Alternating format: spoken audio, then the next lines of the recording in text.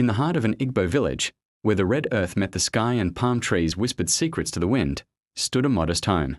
It was not the biggest house. It had no tall gates or loud colors.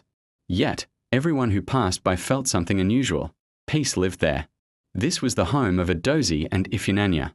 Edozi was not a man of many words. In a land where men were praised for loud authority, Edozi chose silence. Not the silence of weakness, but the silence of understanding. Every morning, before the village cock crowed twice, Edozi was already awake. He swept the compound.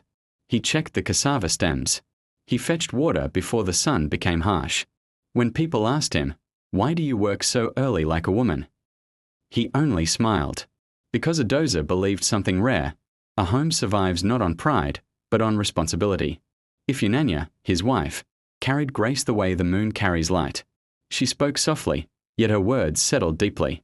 When other women complained loudly about their husbands, Ifunanya listened without judgment.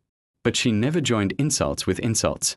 She believed that respect was not noise, it was consistency. When Edozi returned tired, she noticed. When his spirit was heavy, she felt it. And when he failed, she never announced it to the village. Instead, she prayed quietly. Then came the season of hardship. The rains delayed. The harvest shrank. Money became thin like dried leaves. Whispers began. Edozi has failed. Ifunanya married a man without fire. A real man would have left this village. But inside that home, something else happened. Edozi never raised his voice.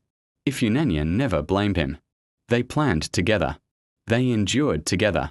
They ate less, but they ate in peace. And that peace, it spoke louder than wealth. The village elders noticed. Children preferred Edozi's compound.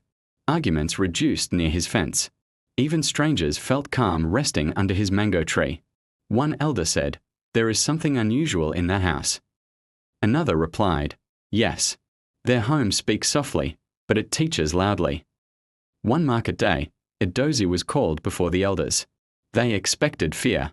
They saw humility. The eldest elder stood and said, "Edozi, you did not build the biggest house, but you built the strongest home." The village honored him, not with titles, but with trust. Opportunities followed. Support came. The harvest returned.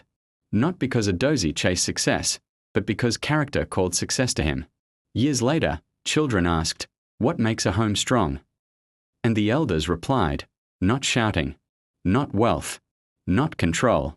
A strong home is one where love is shown quietly, respect is practiced daily, and unity is protected fiercely." Until today, that home still stands, the home that spoke softly but changed everything. Sometimes, the loudest lessons come from the quietest homes. Tales by Sunlight, celebrating stories of wisdom and culture.